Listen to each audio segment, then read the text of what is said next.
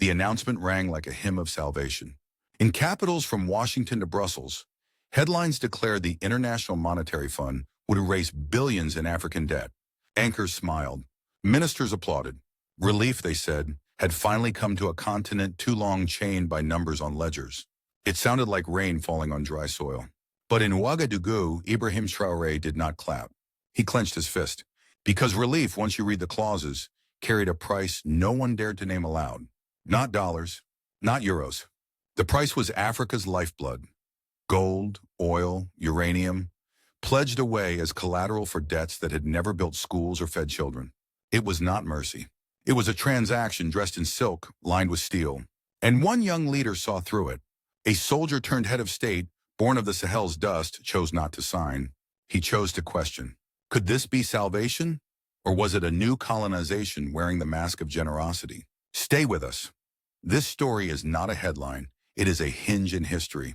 Subscribe now and witness how Africa stood at the crossroads, and one voice refused to bow.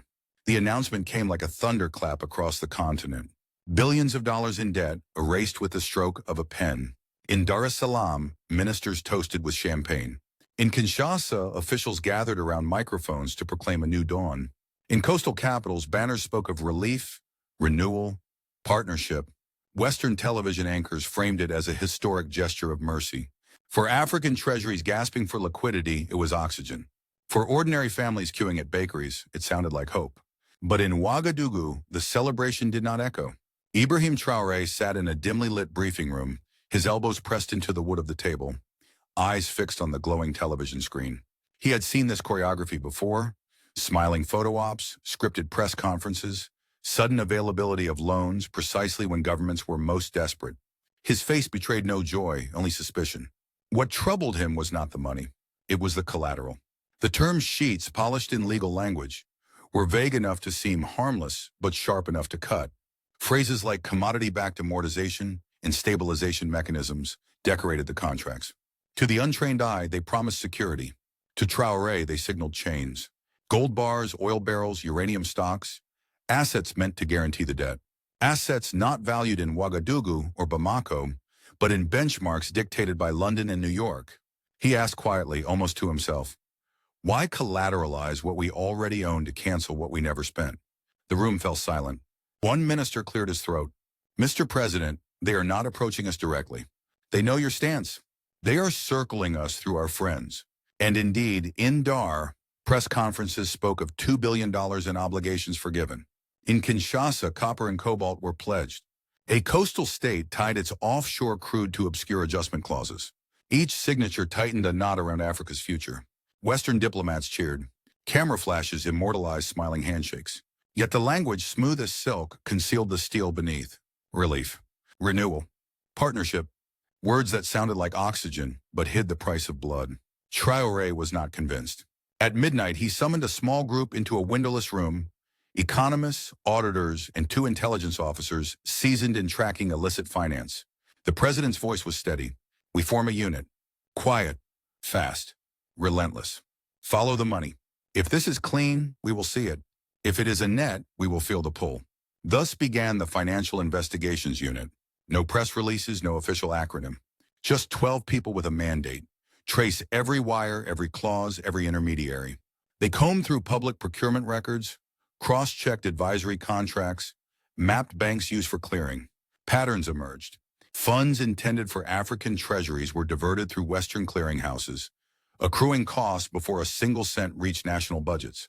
Consulting fees appeared with uncanny regularity, shaved off before any school was funded or hospital stocked. Clauses shifted with the market's mood.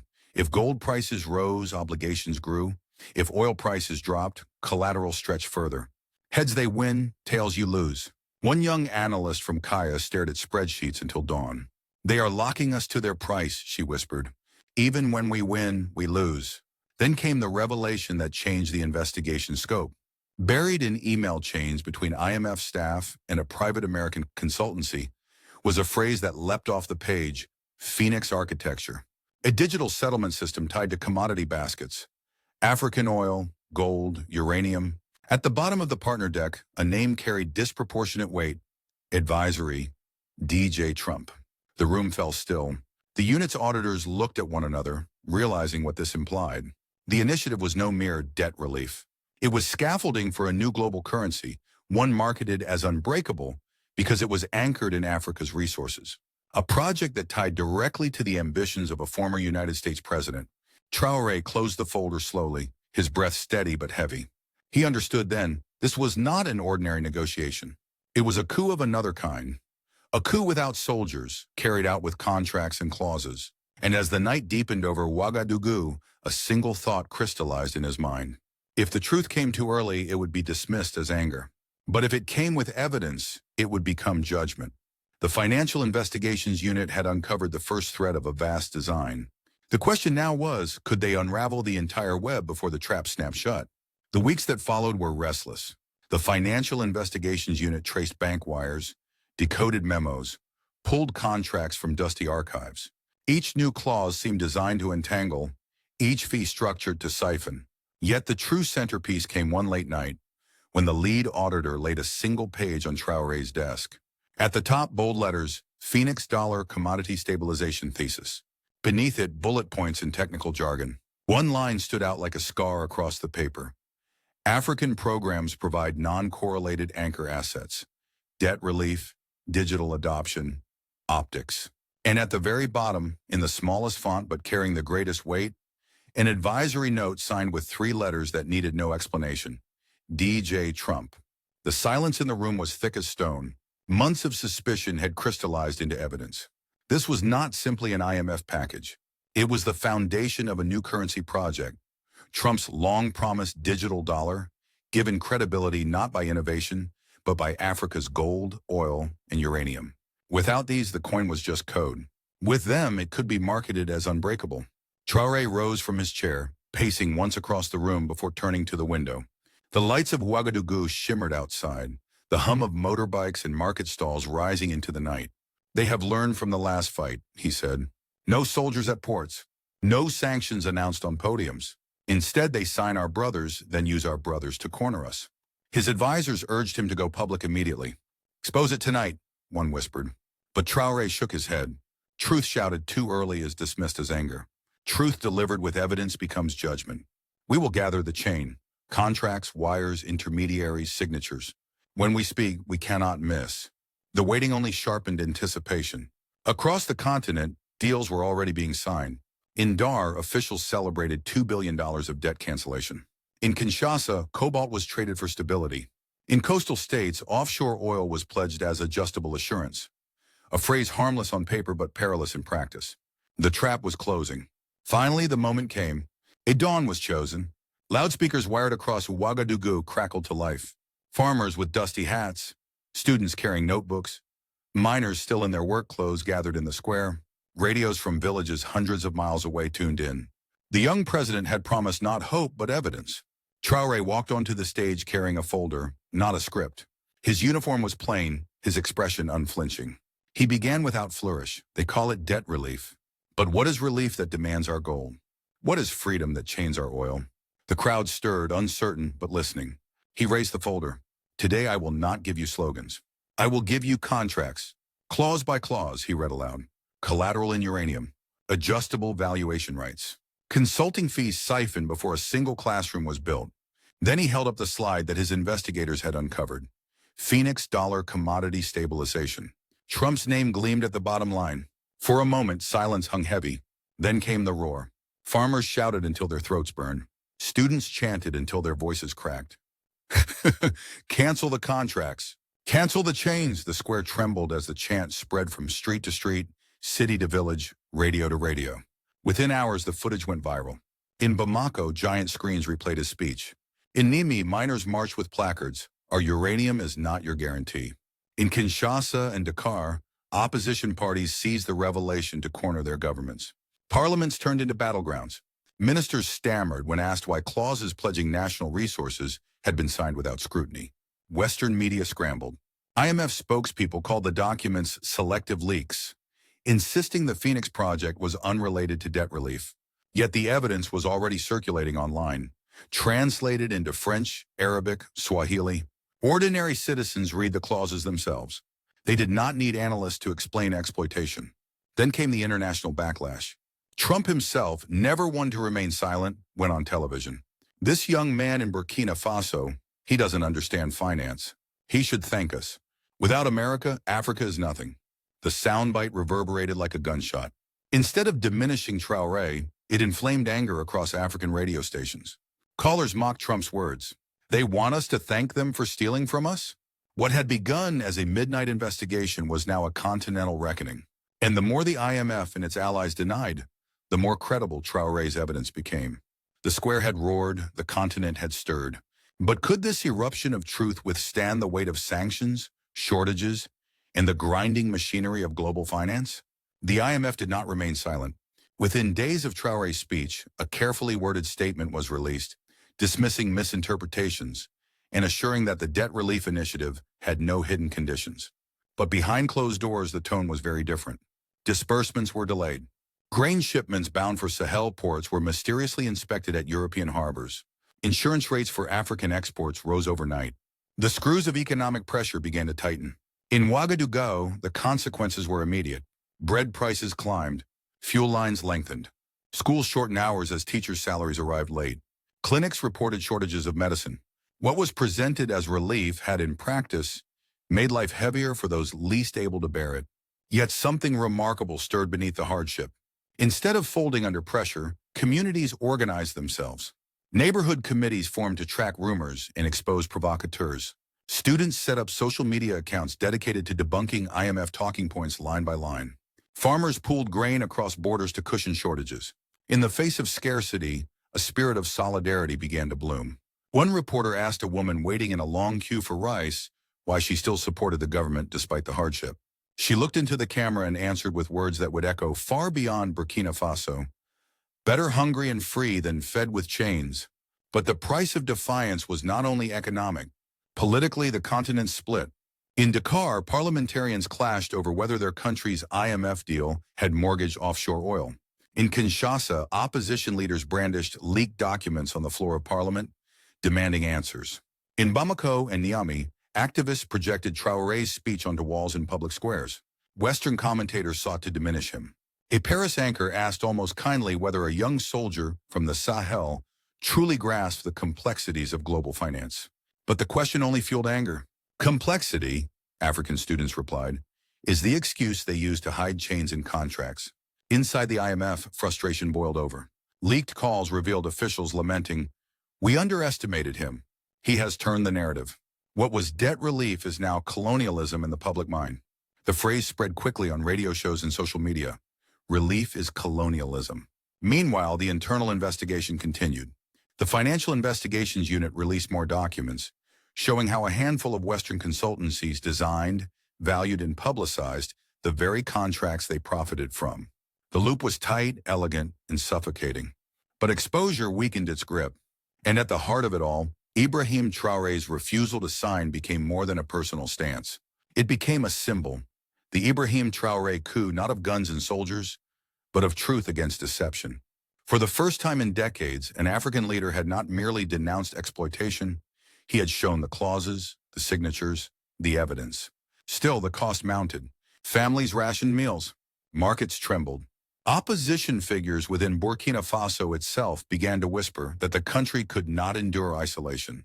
Yet the whispers never grew into mass revolt. Because on the airwaves, in markets, in classrooms, the refrain remained. Better hungry and free. The paradox was stark. On paper, Burkina Faso appeared weaker. No billions of relief, no fresh credit lines, no Western praise. But in reality, its people felt stronger, united by evidence, shielded by truth, dignified in resistance. But could dignity alone withstand the storm of international retaliation? Or would the weight of isolation eventually break the resolve of an entire continent? In Washington, the revelation was received like a slap. For months, Trump had hinted at a patriotic digital dollar, a shield against China's yuan, without revealing its anchor. Now the missing piece was exposed, Africa's resources. His advisors urged caution, but Trump's instinct was escalation. "Tighten the noose," he barked. "Sanctions, asset freezes, diplomatic isolation. Break him before others follow." Yet the threats backfired. African media replayed his soundbites with fury. What was intended as intimidation instead confirmed Traoré's warning that relief was ransom. Across Sahel radio stations, callers repeated his words with scorn. They want us to thank them for stealing from us. In Brussels, emergency meetings unfolded. European bankers admitted in leaked minutes, the Africans have caught us. If more contracts collapse, the whole structure falls. Investors behind the Phoenix dollar grew restless. Without African commodities, the coin was a hollow promise. Quietly, some began to withdraw. The IMF doubled down. Spokespeople dismissed Traoré's evidence as misinterpretation. Contracts were defended as standard practice, but each denial only sharpened suspicion. On African streets, no pundit was needed. Citizens could read the clauses themselves. They saw collateral in uranium, oil priced in London, and advisory fees that enriched Western firms. Meanwhile, in the halls of international diplomacy, a shift was visible. The African Union called for transparency in all future debt agreements. ECOWAS, long criticized for compliance with Western dictates, faced growing pressure from member states to distance themselves from IMF terms. In Bamako, the mood turned electric as leaders discussed alternatives with partners in BRICS and the Gulf. The global press fractured. Some Western outlets framed Traoré as reckless, risking hunger for symbolism. Others, however, conceded that his defiance had exposed the foundations of financial colonialism. A London paper admitted with rare candor, Africa has found its voice and it will not easily be silenced. For ordinary Africans, the narrative shifted. What began as the story of one soldier refusing to sign became something larger. The stirrings of a Burkina Faso revolution, not with rifles but with contracts, not with bloodshed but with evidence. It was a reminder that sovereignty could be defended not only on battlefields, but in boardrooms and parliaments. Yet unity on paper and unity in practice are not the same. Would the fragile coalition of nations hold under the pressure of sanctions, shortages, and fear? Or would old divisions return to fracture Africa's stand? The tide was shifting. What began as a lone refusal in Ouagadougou was now swelling into a chorus across the continent. The turning point came in Bamako, where Traoré convened a regional summit. Leaders from Mali, Niger, Guinea, and beyond gathered in a hall draped with the flags of the Sahel. Cameras broadcast live as the young president rose to speak. "We have shown the fraud," he declared. "We have shown the chains hidden in relief. Now we must act. Alone they can punish us. Together they cannot touch us." The hall erupted in applause. By the summit's end, a joint resolution was signed. Member states would review, suspend, or cancel IMF agreements containing collateral clauses. They pledged to explore regional alternatives for financing, drawing interest from partners in BRICS nations and the Gulf. It was not only a political act, it was symbolic. For decades, African responses to IMF dictates had been fractured state by state. Now, for the first time, a bloc openly rejected the terms together. On the ground, solidarity deepened. Farmers trucked grain across borders to ease shortages. Local radio hosts rallied listeners with the refrain, "Better to lose their loans than to lose our future." Students created forums to translate contracts into local languages, ensuring that no clause remained hidden. Across villages, copies of Traoré's speech were passed hand to hand like sacred texts. Western threats continued. Sanctions were discussed. Insurance tightened. Tariffs loomed. But the impact was blunted by a new sense of unity. Where once hardship would have fractured societies, it now forged resilience. "They can block our loans," a miner in Niamey said, "but they cannot cancel our truth." International observers called it unprecedented. Analysts in London and Paris warned that pushing Africa too hard risked driving it into rival systems.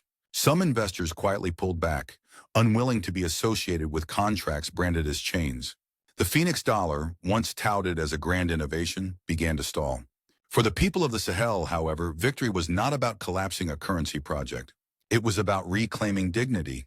Even as fuel prices remained high and grain shipments slowed, communities repeated the same phrase, "Better hungry and free." Yet a question lingered, sharper than any sanction. If one small landlocked nation could resist, what would stop the rest of Africa from following? By the close of the year, the grand design lay in ruins. The IMF's celebrated initiative unraveled. The Phoenix dollar, stripped of Africa's resources, stalled in silence. Investors withdrew. Trump raged at rallies, but his threats rang hollow. What had begun as a promise of debt relief ended as a public trial, in which the continent rendered its verdict, guilty of economic colonization. On paper, Burkina Faso seemed defeated. No billions flowed into its treasury. No new credit lines softened its shortages. The ships carrying grain still arrived late. Yet beneath the surface, something far greater had been won.